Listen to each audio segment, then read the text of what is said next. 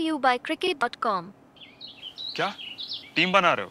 Fantasy team का secret tip बनाओ अपनी विनिंग फैंटेसी टीम क्रिकलेटिक्स के साथ on cricket.com. Download cricket.com now.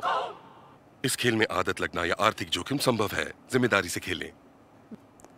तो स्पोर्ट्स तक देख रहे हैं आप लोग, बहुत बहुत स्वागत है आप सभी का। स्पोर्ट्स तक पे बात करेंगे आईपीएल 2024 में सीएसके के सफर की।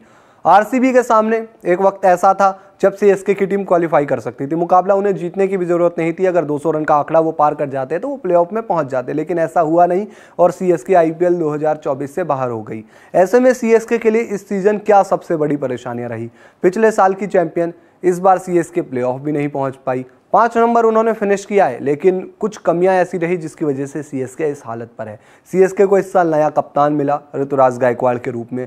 एक बैटर के तौर पर वो पिछले कई सीजन से सीएसके के लिए टॉप परफॉर्मर रहे। इस सीजन भी उन्होंने खूब सारे रन बनाए, लेकिन उनके रन ही सिर्फ काफ़ी नहीं थे सीएसके को आगे बढ़ाने के लिए। इसके अलावा सीएसके की कई और गलतियाँ रही जिस वजह से उनको ये सीज़न भारी पड़ गया और वो प्लेऑफ में नहीं पहुँच पाए। ऐसे में सीएसके की 5 गलतियाँ देखेंगे इस सीज़न में, ऐसी 5 कमियाँ जिनकी वजह से वो प्लेऑफ में नहीं पहुंच पाए और उन्हें हार का सामना करना पड़ा। तो एक एक करके नजर डालते हैं आखिर सीएसके के हार की सबसे बड़ी वजह क्या रही। तो आप अपनी स्क्रीन पर देख सकते हैं सीएसके के बाहर होने के 5 कारण आईपीएल 2024 में।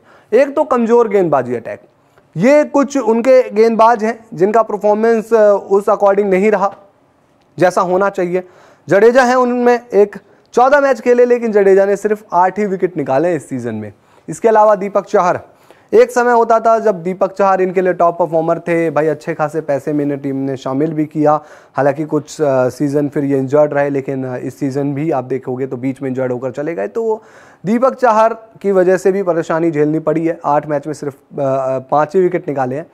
इसके अलावा शार्दुल ठाकुर इस सीज़न उनको लेकर आए अपनी टीम में। शार्दुल ठाकुर पहले सीएसके का हिस्सा हुआ करते थे, फिर वो कलकत्ता में भी दिखाई दिए, उससे पहले आपको दूसरी जगह आई थिंक दिल्ली में भी थे वो शार्दुल ठाकुर, फिर कलकत्ता आ गए थे वो। तो शार्दुल ठाकुर की परफॉर्मेंस उस हिसाब से नहीं आई। 9 मैच में सिर्फ 5 विकेट निकाले उन्होंने। सिमरजीत ये भी आए लेट, लेकिन ठीक है, एक मैच आते ही इन्होंने बड़ा अच्छा परफॉर्मेंस दिया, लेकिन फिर अहम मुकाबले में वो परफॉर्मेंस नहीं निकल कर आया। तो इनके 4 मैच में 5 ही विकेट है और सेंटनर को भी लेट खिलाया, तो सेंटनर भी उस हिसाब से परफॉर्मेंस नहीं दे पाए। अब एक अगला कारण देखते हैं। कमजोर गेंदबाजी अटैक एक बड़ा कारण रहा। एक है टॉप ऑर्डर के बल्लेबाजों का फ्लॉप शो। अब टॉप ऑर्डर भी सीएसके का इस सीजन ऐसा रहा कि बहुत ज़्यादा वहाँ पर हमने चेंजेस देखे। कभी ऋतुराज ओपन करते थे, कभी वो नंबर 3 पर आ जाते थे, कभी डैरेल मिचेल नीचे आपको स्टार्टिंग में दिखाई दिए, फिर डैरेल मिचेल ऊपर आ गए, फिर नंबर 3 पर उनको मौका मिलने लग गया कंटिन्यूस, लेकिन उस तरीके से परफॉर्मेंस आई नहीं। रचिन रविंद्र स्टार्टिंग में खेले, बीच में बाहर हुए, फिर आए। तो ये जो बहुत ज़्यादा वहाँ पर चेंजेस हुए इनके टॉप ऑर्डर को लेकर, इवन वहाँ से एक परफॉर्मेंस दिखाई देने लगी और ये सीएसके के लिए बड़ा कंसर्न बन गई। डैरेल मिचेल आप देखेंगे तो 13 मैच में सिर्फ 318 रन बनाते हैं। रहाणे 13 मैच में 242 रन ही बना पाए हैं। रचिन रविंद्र इनको लेकर आए थे इस सीज़न बड़ी उम्मीदों से। मिचेल को तो पैसा भी अच्छा खासा दिया था, 14 करोड़ से ऊपर की रकम दी गई थी। रचिन रविंद्र ने भी 10 मैच में 222 रन बनाए। तो ये एक बड़ा कंसर्न रहा सीएसके के लिए, इनका टॉप ऑर्डर का फ्लॉप शो। इसके अलावा अब आगे देखते हैं कि और क्या। अब Shivam Dubey T20 world cup के लिए भी सिलेक्ट हो गए। फर्स्ट हाफ में शिवम दुबे अलग ही लेवल पर नजर आ रहे थे, बहुत मैचेस इन्होंने जिताए, लेकिन पिछली 5 पारियों में जब बिजनेस एंड आता है एक तरीके से, जब अहम मुकाबले आए तो वहां पर शिवम दुबे फ्लॉप हो गए। अब अगर आप पिछली 5 पारियां देखें शिवम दुबे की आईपीएल में, तो आरसीबी के सामने 7 रन, 18 रन राजस्थान रॉयल्स के सामने, 21 रन जीटी के सामने और पंजाब के सामने तो दोनों पारियों में वो खाता ही नहीं खोल पाए।